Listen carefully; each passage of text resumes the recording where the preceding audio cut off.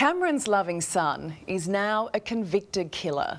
Lachlan joined a religious cult that withheld life-saving medication from an 8-year-old girl, then watched her die. He's still delusional, believing God will bring her back. What scares his father is how quickly he was brainwashed.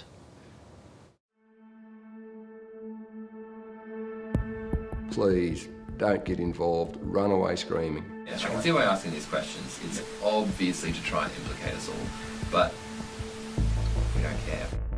We didn't realise it could go so bad so quick. The sins of a son. How could someone be just this, totally loving, beautiful son and then just change into this raving, lunatic monster sort of a person? Now Cameron's son, Lachlan Schoenfisch, and his cult are convicted killers.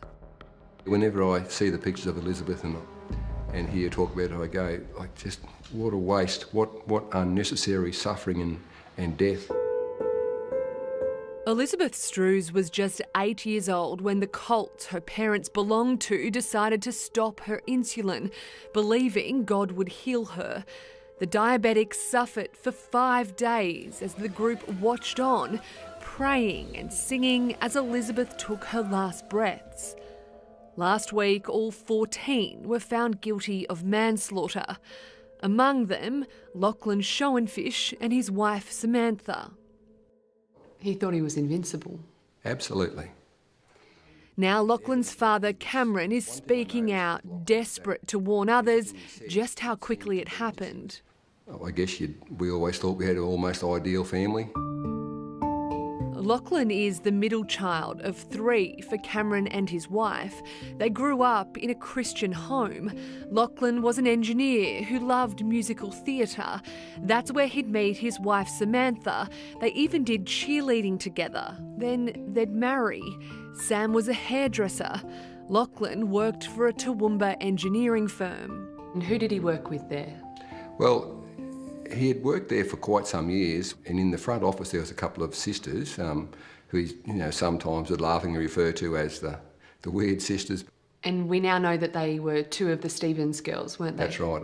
Cult members and sisters, Acacia and Camellia Stevens, convinced Lachlan and Sam, who attended a local church, to come to their home church instead.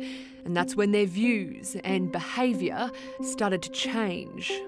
They would never purchase anything from a chemist shop again. There'd be no medicines, no vaccines. Did that concern you? We were terrified, and I said to Lachlan, I said, mate, I've been watching that stuff all my life. I've seen people making those claims all my life. And I said, people espouse these beliefs, it always ends badly. It was mid-2021 when Lachlan and Samantha first came to church here at the Stevens home. Within a matter of weeks, they'd cut off all their family. Cameron says he tried to get through to his son and warn him, but claims he was under coercive control. Said Lachlan, I said, when all this stuff plays out you're involved in, when it comes to its natural conclusion and everything goes to pot and all goes pear-shaped and it's all a disaster and you don't know which way to turn or where to go or who to trust, I said, just remember that Mummy and I love you and you'll always be our boy, and there's always home here for you because we're your parents and we love you and we'll look after you. But just months later, Elizabeth would be found dead in her home, her parents arrested, the remaining cult members charged 6 months later, arrested at Lachlan and Sam's home. The time now is 6:37 on the 5th of July 2022. We're now placing you under arrest for murder. During his police interview, Lachlan is asked about his father. Your own father, who only wants to love and protect you, will warn you about the teachings of Brendan Stevens. In November 2021. But Lachlan was more interested in preaching to the detectives. We're all going to die the same, and then it's going to come to God's judgment, and we're going to be the ones on the right side of history.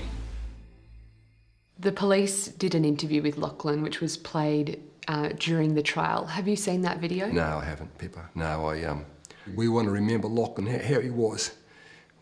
We don't want to think of him how he's become because, we may never see him again. Are you just gobsmacked still at how quickly this happened? Absolutely. How quickly they got sucked in? It's just, I just shake my head and go, why didn't I intervene? And then I realised that by the time we knew that we needed to intervene or try to intervene, they were already gone. Do you forgive him for what he did? They say, to err is human, to forgive divine. And I'm not divine.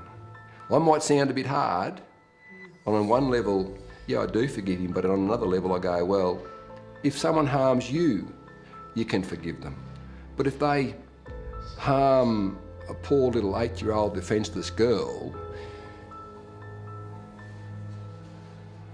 I don't have much forgiveness for that.